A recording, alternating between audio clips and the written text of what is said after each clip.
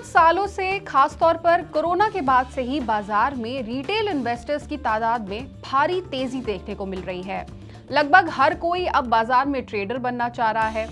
इसके अलावा कई लोगों ने एफएनओ सेगमेंट में भी अपनी किस्मत को आजमाया है। इसके अलावा कई लोगों ने इसमें अपने हाथ भी जलाए हैं।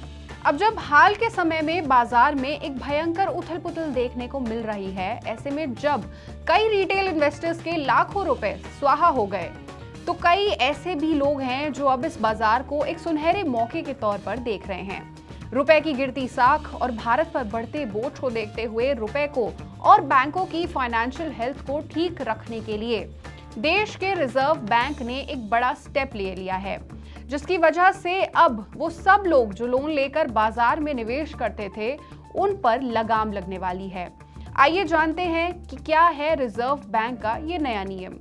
नमस्कार, मैं हूं सलोनी त्यागी और आप देख रहे हैं मनी 9। दरअसल बात यह है कि आरबीआई ने शेयर ट्रेडिंग के लिए एक बड़ा निर्णय लिया है। अब कोई भी ट्रेडर या इन्वेस्टर शेयर्स के अगेंस्ट कितना भी बड़ा लोन नहीं ले सकता है। अब लोन अमाउंट पर 1 करोड़ रुपए का कैप लगा दिया गया है, यानी कोई भी इन्वेस्टर या निवेशक ट्रेडिंग के लिए या फिर निवेश के लिए देश के बैंकिंग सिस्टम से कुल मिलाकर 1 करोड़ रुपए से ज्यादा का लोन नहीं ले सकेगा।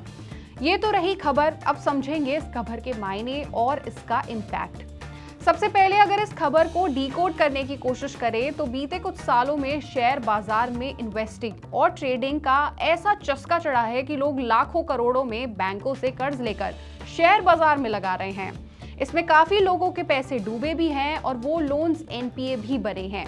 ऐसे में जब बैंकों पर प्रेशर है और बाजार लगातार नीचे जा रहा है, कई लोग इसे एक गोल्डन अपॉर्चुनिटी के तौर पर देख रहे हैं। इन सबको देखते हुए रिजर्व बैंक का ये फैसला कहीं ना कहीं इस तरह के रिस्क को काफी हद तक कम करता है। इसके अलावा ये बदलाव सिर्फ सेकेंडरी मार्केट तक सीमित नहीं है। आईपीओ फाइनेंसिंग पर भी आरबीआई ने क्लियर लिमिट तय कर दी है। अब आईपीओ में इन्वेस्ट करने के लिए किसी भी इंडिविजुअल को 25 लाख रुपए से ज्यादा लोन नहीं मिलेगा।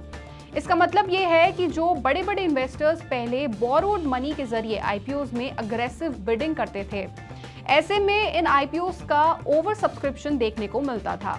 अब ऐसे मामले काफी हद तक कम हो जाएंगे, जिसका असर प्राइमरी मार्केट पर साफ साफ देखने को मिलेगा। अब सवाल है कि ये नियम कब से लागू होंगे, क्योंकि देश में ऐसे कई लोग होंगे जो इसी तरह से पैसा रोटेट करके पैसा बनाने के प्रोसेस में मौजूद होंगे। तो आपको बता दें कि ये नियम तुरंत ही लागू नहीं होंगे।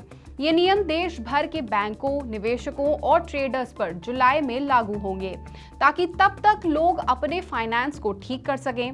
लेकिन आपको समझना होगा कि ये डिले सिर्फ एक एडजस्टमेंट विंडो है। पॉलिसी को लेकर रिजर्व बैंक काफी क्लियर है। आपको समझना होगा कि जब भी बाजार में तेजी आती है तो इन्वेस्टर्स का कॉन्फिडेंस भी उसी तेजी से बढ़ता है और कई बार ये कॉन्फिडेंस ओवर कॉन्फिडेंस में बदल जाता है। और अगर गिरावट और बढ़ती है तो लोन रीपेमेंट भी एक बड़ा चैलेंज बन सकता है और इसी रिस्क को आरबीआई कंट्रोल करना चाहता है। इसके अलावा एलटीवी रेशो भी इसमें एक बड़ा फैक्टर है। एलटीवी रेशो यानी लोन टू वैल्यू रेशो, जिसका मतलब है कि आपके शेयर्स की वैल्यू के मुकाबले आपको कितना लोन मिलेगा। जैसे 10 लाख रुपए के शेयर्स पर करीब 6 लाख रुपए तक का लोन मिल सकता है, ताकि अगर पैसा डूबे तो भी बैंक के पास एक ठीक ठाक सेफ्टी बफर बना रहे। तो कुल मिलाकर कहे तो ऐसे शेयर बाजार में आरबीआई का ये कदम काफी जरूरी कदम है। स्टॉक मार्केट में अपॉर्चुनिटीज जरूर होती हैं, लेकिन उसके साथ में एक बड़ा रिस्क भी है और एक सस्टेनेबल ग्रोथ के लिए सारे फैक्टर्स को ध्यान में रखना काफी जरूरी हो जाता है।